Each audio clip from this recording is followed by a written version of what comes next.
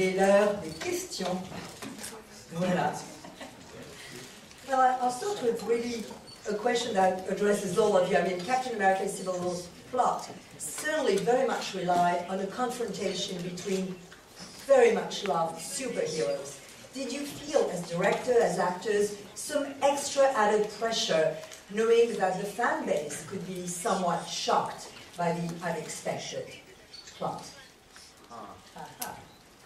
Well, yes. I mean, look, we knew the idea was very risible, and it could be very controversial with fans. But you know, being diehard fans ourselves, you know, my brother and I were very excited to tell this story.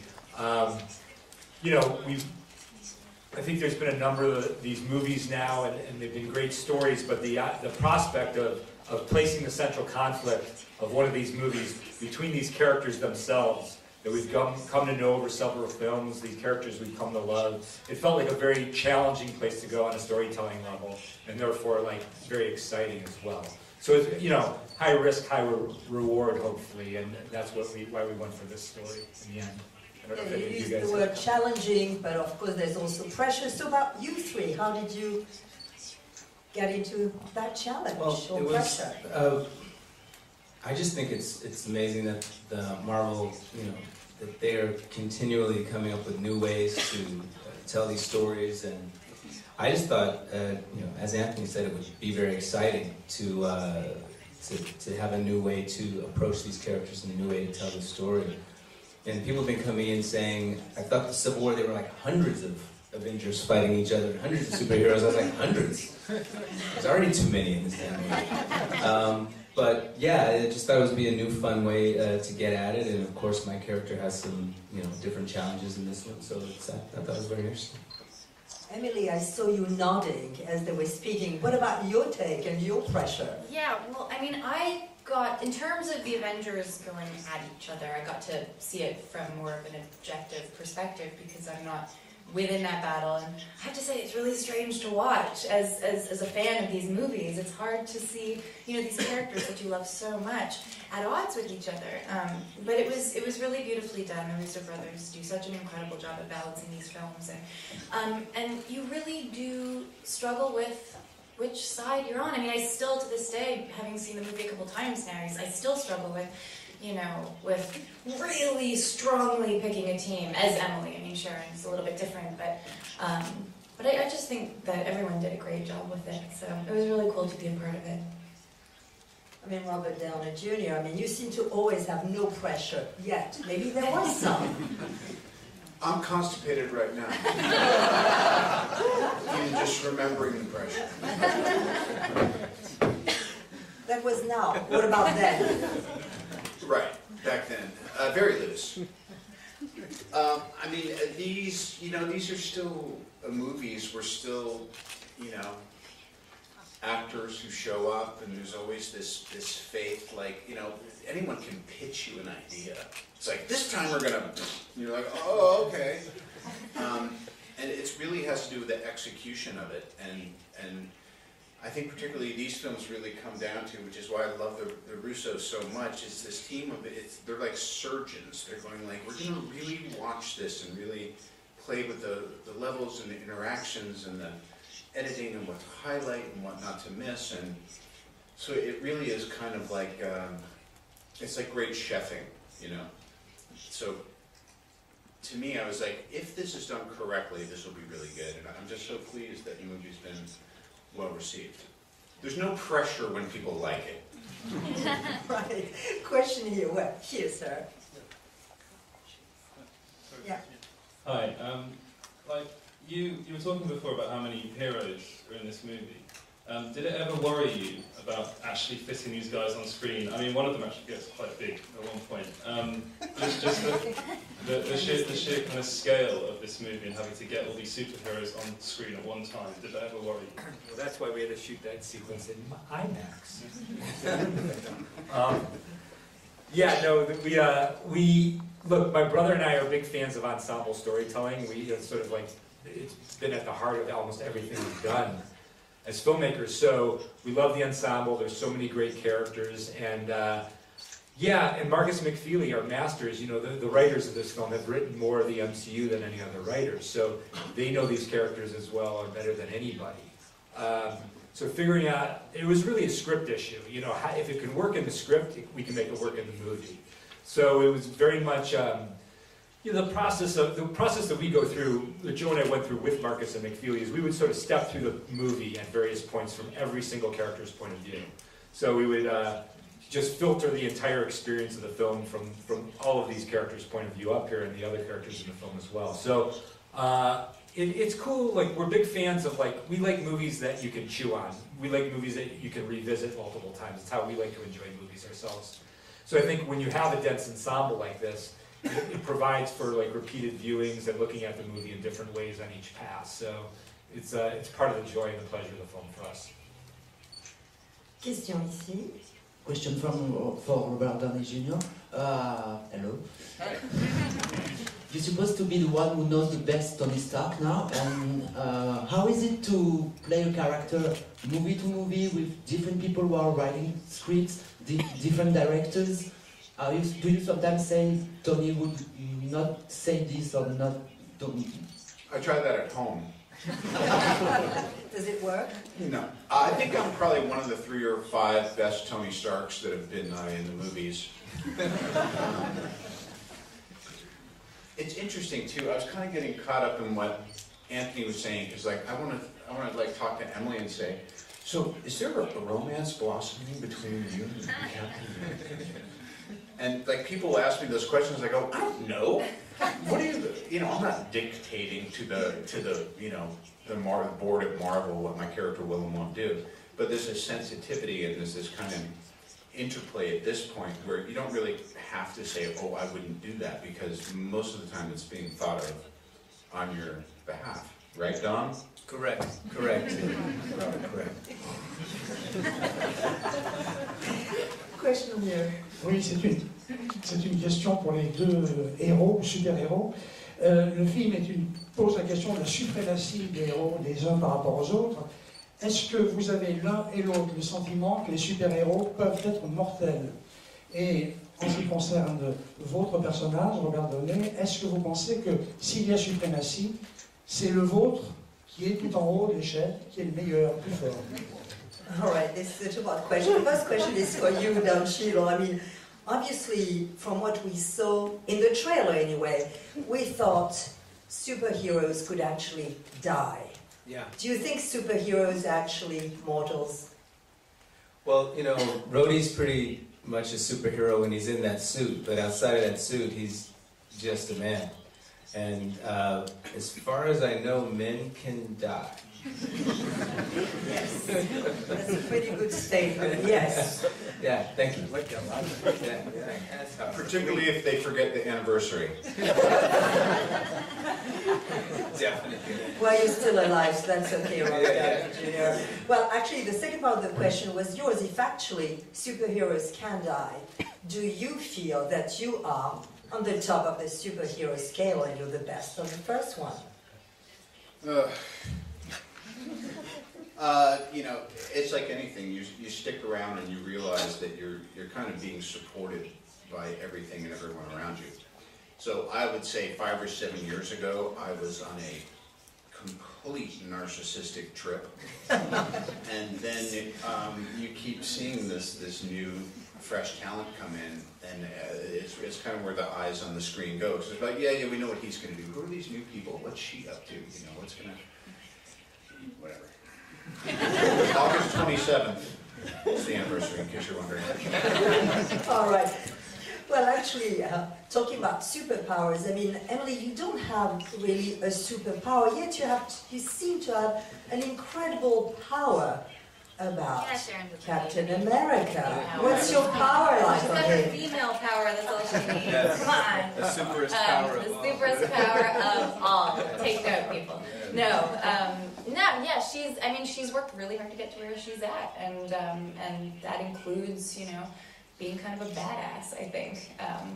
But no, there's no actual superpowers that I know of, that I've read in the comic books. So, And I'll ask you then the question that Robert was asking earlier, I mean, is there romance here going on? I mean, in the history of the comic books, there's actually a very, very interesting, complicated romance between the two of them. I don't know how much, you never know how much of it we're going to explore. That's an Anthony question. I mean, I don't make any assumptions within this universe, but it's definitely something that was fun to explore in this film, and to me, it seems like we're just sort of scratching the surface, But, we'll see. Question. Oui, bonjour. J'avais une question dans le film, donc on voit des hommes et des femmes super perfectionnés, mais dans la réalité aujourd'hui on peut commencer à voir des hommes augmentés, notamment la scène où War Machine est blessé et recommence à marcher, fait penser vraiment à ce qui se passe aujourd'hui dans la réalité. Comment est-ce qu'ils appréhendent ces progrès et le fait que par exemple certains soldats américains aujourd'hui soient équipés d'armures qui ressemblent à celle d'Iron Man? Est-ce que c'est aussi une forme de concurrence pour eux? Comment est-ce qu'ils... All right, well, it's a several-part question. I mean, obviously, we're talking about the supremacy of certain men, women, or superheroes, and there's very much talk about enhanced men and women, which is part of what your movie is about. I mean, do you feel that...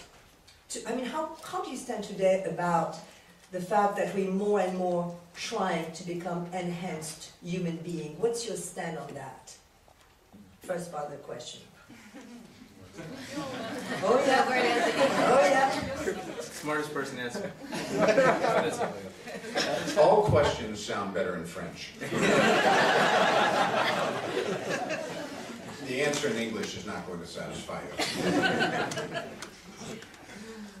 I mean, look, I think part of the fun of these movies is you try to be just one step ahead of where the real technology is in the world. That's part of the fun of these movies, is that there's something that feels almost tangible about what's happening in them. It's part of the thrill. So, I don't know, I think, yes, we're in a world where science is evolving at a very fast pace, and we're in a science fiction world in this movie that's, sort of playing with the experience we're all going through in reality. So, beyond that, I don't know what to say. What do you think? I mean, part of the question was also that today US soldiers, the army, is using very much the type of equipment that you're actually showing in your movies. Mm-hmm. Yeah. I'm so sorry for that question. No question. We just wish we had better answers. Great question. I'm gonna throw up. Not yet. It's not the anniversary day yet. All right. So, next question here. Yeah, a question to Robert about the mood of Tony Stark in this movie. How would you explain that he's more inclined to respect authority than helping his friend? Do you think he's a lack of love?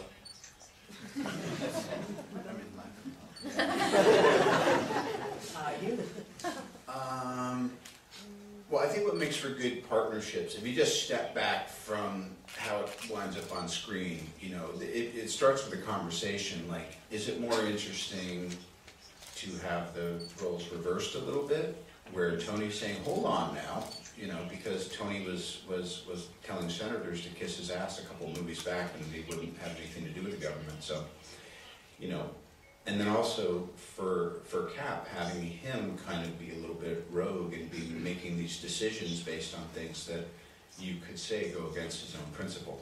I think just showing that, taking these characters that you could say are largely two-dimensional and infusing them with a real kind of character defects and moral dilemmas and all that stuff, it just makes it, I think if we'd done it the other way, the film would be less interesting. So sometimes the reason we can justify, why did Tony do that? Because it made the film more interesting.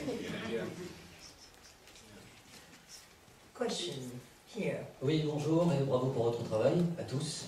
Je travaille pour une radio, Chérie FM, essentiellement destinée pour les femmes. Alors on va faire un peu d'imagination. Imaginez que je suis Stéphanie, j'ai 35-40 ans. Je connais les super-héros, Captain America, Batman, mais Marvel ça ne me parle pas. Voilà, j'ai jamais vu de saga, je suis pas fan, mais j'aimerais y aller parce que ça donne envie, parce que c'est spectaculaire, parce que voilà. Est-ce que vous pouvez m'expliquer ce qu'est l'univers Marvel et de quoi ça parle à celles et ceux qui ne connaissent pas? All right. That wasn't just like, what's your favorite color, right? What's your favorite color, actually, Don? Blue. All right, now we know. Wow, relief, what a relief. No, actually, Miss Andrews journalist for a radio called Cheadle FM, which addresses women mostly. So the question is, he is in reality a she, a Stephanie, roughly 35-year-old, and she has not a clue about what the Marvel Universe is about. So in your own words, what would you tell Stephanie to make her want to go into the Marvel world? First you. You'll all have to answer that, remember. Think. Is that our job? Can't you help us with that? I mean, look, the one thing that's really important with these movies is, you know, as they progress, they seem to become more and more popular. So you see more and more audiences coming to them. So you necessarily know that there are going to be people in the movie theater who haven't seen the previous movies. So it's very important for us to be able to make each movie for fresh eyes. It's not just for fans. It's not just for people who've been following the series movie to movie. You have to be able to walk into the movie theater and sit down and enjoy the movie beginning to end without any previous knowledge. It's a difficult balance to walk, but it's a really important one. You have to satisfy two audiences, the hardcore fan audience and what we call virgin eyes. So yeah, I don't know. Like, look, to me, this movie is it's a family fight, basically. It's about a group of people, a surrogate family, who've been drawn together by their very unique circumstances and their unique abilities, and they form very deep and complicated relationships with one another, and this movie drives a wedge between them, and it divides them and rips them apart. So for me, that's a very relatable story, whether you're a fan of fantasy films or superhero films or whatever. We try to ground the story in very relatable human emotions and human experiences. But what's the core, the essence of what you would call the Marvel Universe? I have an equation. M equals MM plus M. Thank you. Marvel equals modern mythology plus money. That's good. I would also, I mean, I know when I answered it, it wasn't necessarily, it was more specific to this film than the Marvel Universe. Right. But just to speak to the Marvel Universe for a moment, it's like, you know, what Marvel is doing is sort of unprecedented in the history of cinema in the sense that they are doing serialized storytelling that began 10 years ago with the original Iron Man movie, and is going to continue now through at least, we know, 2019 with the final Avengers Infinity War movie, and may even go beyond that. So you have a very unique form of storytelling happening here that isn't quite analogous to anything you've seen on television, which is a little more focused in terms of its serialization and continuous. But it's nothing like you've seen in the cinema before, where you've been conditioned to have 2-hour standalone movies. So it's a, you know, just in terms of why you might be interested in the Marvel Cinematic Universe, it's just that in many ways it is a new form of storytelling that we can all experience in the cinema that's very exciting, I think. You have a question here, please. Hi, I'm Sylvia for Disney Channel France, and my question is for kids. I would like to know what would be your advice for kids that want to become Avengers. Sorry. Hey, whoa! That's what happens. Oh man. Kids who want to be Avengers. Yeah. Avengers. I guess dream big, you know? Work hard, eat your broccoli, do sit-ups. Get an internship with Kevin Feige. That's right. That's it. Meet Kevin Feige however you can, and do whatever he asks you to do. No, don't do that. No, don't do that. She's weird. That sounded weird. No, No, sorry. it's bad. What do you think, Emily? I think that, you know, Don's right. Dream big, and I said work hard, and I believe that's true for anything. I mean, in order to accomplish anything you want to accomplish in life, you have to invest yourself wholly in it and really commit yourself to it. And that was the best advice I ever got as a kid, you know. So, and you know, if you really push yourself, you can really, whatever you want to be, you can do it. I mean, my sister's studying to be a vet, and she's excelling at that. It's just about knowing what you want to do, being focused, and really going for it. And I guess that would be my best advice. I don't know. Also knowing that what you want to do is actually possible. I was going to say that. Keep in mind that being an Avenger is Yeah, actually not that's a real thing. Maybe not realistic. I know somebody says when they were a kid, they say, when I grow up, I want to be a dinosaur. You know what? Work hard. Change your DNA. I hope you have good enough guidance to tell you you're not going to be a dinosaur. I mean, yeah. What advice would you give? Get into that universe, would you give any advice to kids? I think, Yeah. I think we've given enough advice to kids already. Question ici, le micro. Yeah, let them take care of the advice. Where's the mic? Alors bonjour, ma question elle est pour Émilie. On peut voir que on peut voir que Sharon elle a un amour pour Steve et on le voit dans le film, mais on peut voir aussi que vous savez vous débrouiller pendant une bataille. Où est-ce que vous aimeriez voir votre personnage acquérir dans d'autres films de la MCU? I mean, I feel like it's, you know. Oh, sorry.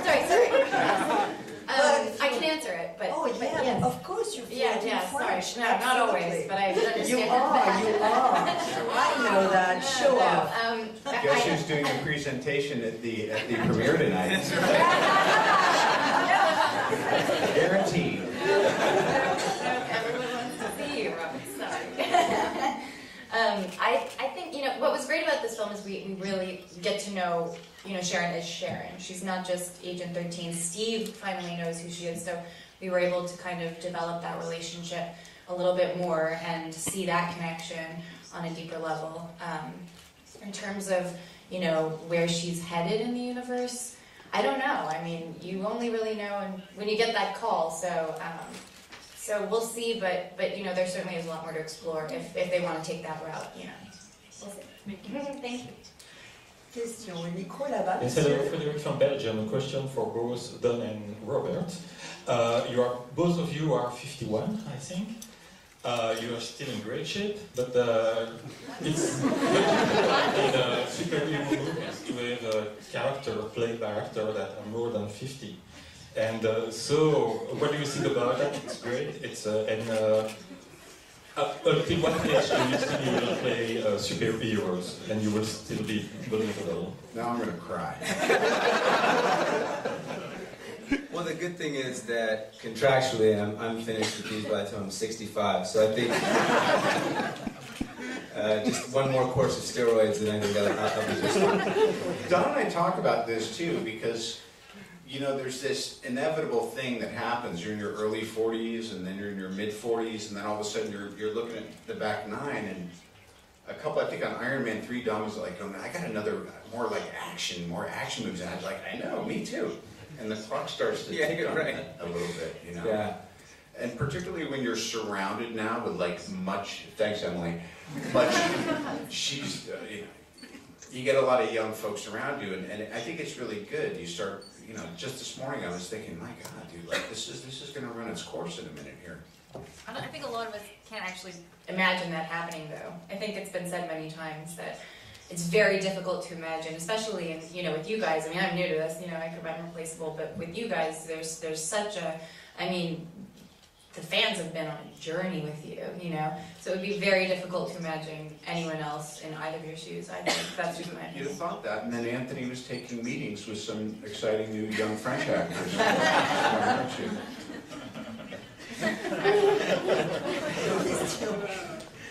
Micro est ici. Levez-vous si vous voulez qu'on vous voit. Une question pour le réalisateur et peut-être aussi pour les acteurs.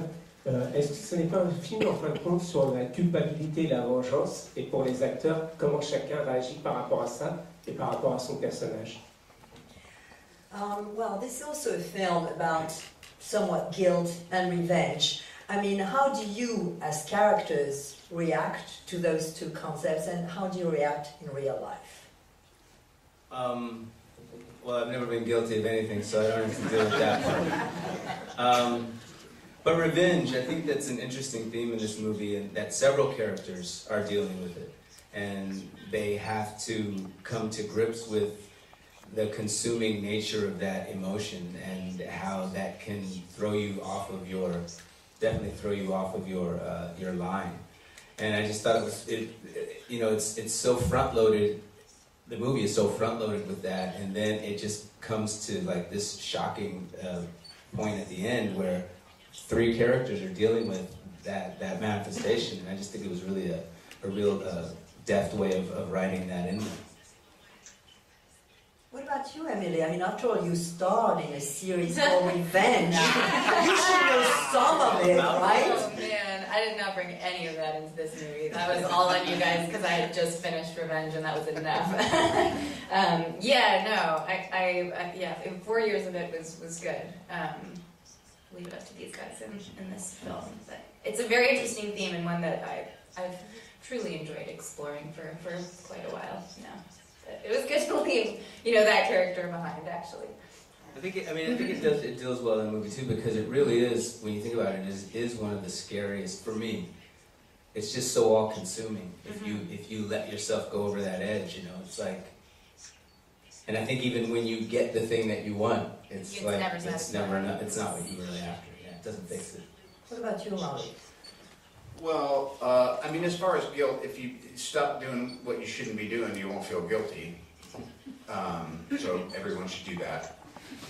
And I was thinking about Revenge. Like I always heard, like the smart money is you serve it cold. You wait till supposedly it's kind of like they don't think, you know what I mean?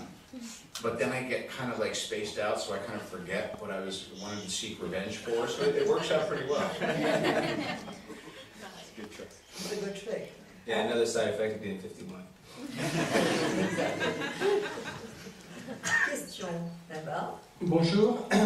Alors moi ma question c'est sur le méchant. En fait dans le précédent Avenger, toute l'équipe affrontait un méchant emblématique, Marvel, Ultron. Là on a un méchant aux ambitions, aux motivations un peu plus floues, qui est un total inconnu.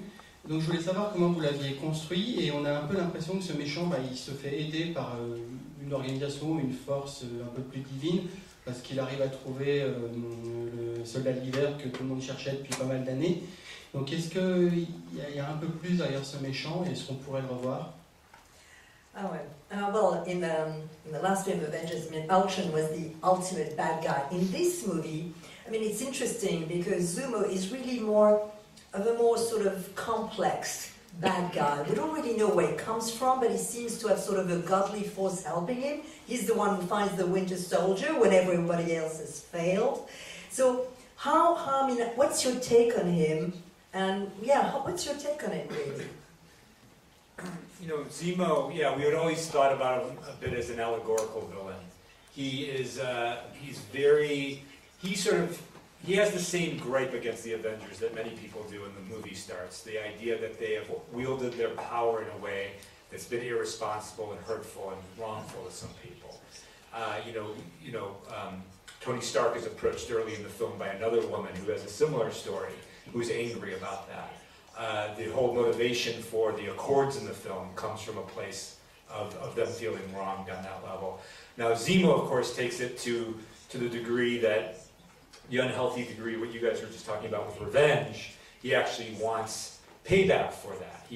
And here's a guy, we always thought of him on one level as an everyman, but he also has a very specific history in that he was Sokovian Special Forces. So he has a special knowledge about covert activities and those sorts of things.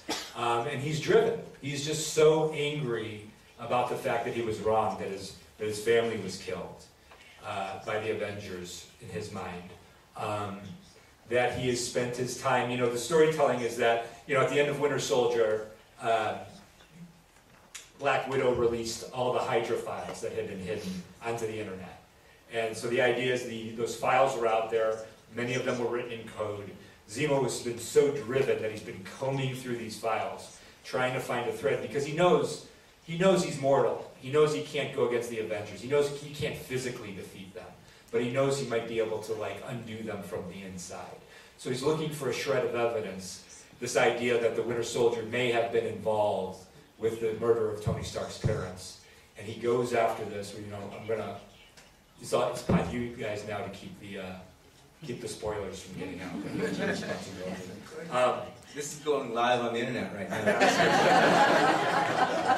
So, he's found that needle in the haystack. He's found the shred of evidence that he needs, and it's basically a complex trail that he follows to its end.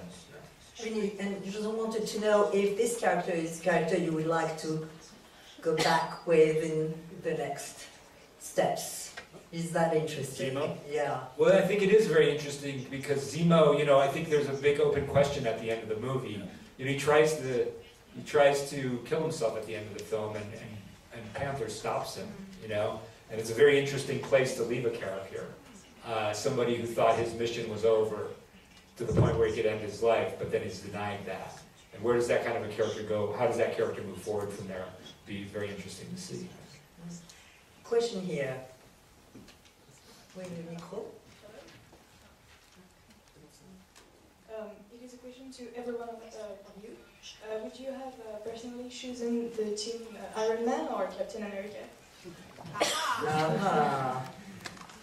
All right, you, Mr. Director, tell us which team you would go for. Look who he's traveling with. Okay, we'll say this. It was critically important. My brother and I always believed the best version of the movie was the version where you get to the end of the film and you would not know who to side with. That both Tony and Steve were a little right and a little wrong. And you could equally relate to both. It was really important to us because I think, look, we've seen these characters develop now over several films. You know who Tony Stark is. You know who Steve Rogers is. You know they're not villains. They're not going to all of a sudden lose their minds and go insane unless they were mind controlled or some extraordinary circumstances that may take us another movie or two to develop. These are well-rounded people. So to get them into the point where they are going to fight each other to that degree, where their relationship may become irreconcilable, it's a very sensitive process to take them through. Yeah, I mean, to me, just as objective as I can be, I just looked at it as I think what the filmmakers accomplished was at the end, it got me thinking about how quickly you'll, whether it's politics or sports or, a couple breaks up, and how quickly we can be indoctrinated into thinking something applies to our rationale, and then we start buying onto that idea if I'm on this side or I'm on that side, So I think that without being too heavy-handed, it actually strangely got me contemplating something that is, that's worth thinking about. What about you, Don and Emily? Well, for me, the one sort of salient argument about whose side was that Team Iron Man seemed to represent many sides, and it wasn't just simply about what Tony Stark wanted, but it was about what many nations had put their hands in the air and said what they wanted as well. And even if it were later going to be vitiated, I thought it made sense to agree in the beginning. Even if later they said, you know what, we made a mistake, we're going to do what we want to do anyway. At least what the argument that Tony Stark makes about coming in and gaining some trust back and showing that there is a letter of the law that they recognize, I thought that made sense. Agreed, Emily? You're nodding? I'm just always constant. It's like that bird that gets water and runs out. It's hard to disagree, I mean, are we speaking from a character's perspective or a personal perspective? Because as Emily, I would find it really, really difficult to choose. I think that's what makes the movie so interesting, and what the audience is going to love is you can't quite figure it out because both are right, both are wrong in many ways. It's really challenging. I think from the character's perspective, it's hard for her because, it's like, what, is she going to follow her head or is she going to follow her heart? It would make perfect sense for her to agree with Iron Man and agree that the Avengers should sign the Accords because, she works for the government and that in her terms is the right thing to do. But where her heart's at is a different story. She's incredibly loyal to Steve and so you kind of get a sense of where her loyalties really lie in this film, ultimately. Alors, dernière question. Oui, you wanted to add something? something? This, though, I am wearing my Iron Man cufflinks today. Boom! Wow. That means something. Can we see them? Yes. He does. All right. Dernière question, oui. Oui, bonjour. Jeanne, merci d'être Alors, ici. j'en aurai deux.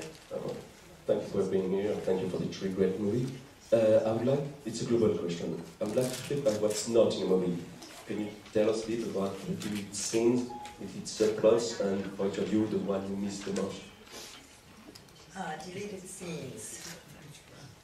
There aren't many deleted scenes in the movie. There is a portion of a scene between Don and Robert that has been deleted. It was their final scene in the movie, which came out great, but we just had more than we needed there. But the thing is, and they can talk to you more specifically about that. I don't think you're in a deleted scene in the movie, right? No. But look, these movies are very expensive to make. So by the time, my brother and I our philosophy has always been, by the time you get to set, you want to know exactly what you need in the movie, because you don't want to spend any resources on anything that's not going to end up in the theaters. So we're very careful in the script development process to get really close to the mark in terms of what we're going to shoot. So I think, fortunately, both on Winter Soldier and this movie, we didn't have a lot of deleted scenes. But you guys want to talk about that scene that you did? I think, well, there was something on the front and the tail of it a little bit. You kept the meat of the scene, the important part, them making their connection. But it first started with a physical therapist, right? And a little flirtation with Rhodey. Yeah, that's right. Rhodey had taken a liking to his PT coach. Yeah. It's great. Yeah. Wow. And then also after that, there was kind of a resolution with Rhodey checking in with Tony about Pepper. Right. But by the way, when I watched it, I was just like, we just needed to get you expressing yourself, and we had to get right to Tony Stink. We had to get right to Stan. All right, last question here. J'aurais voulu savoir si Iron Man aurait signé l'accord si Donald Trump était le président des États-Unis. Well, would Iron Man sign this accord if Donald Trump had been president of the United States? It's a question for you, Robert. It's a tough one. Would you have signed these accords if Donald Trump had been president of the United States?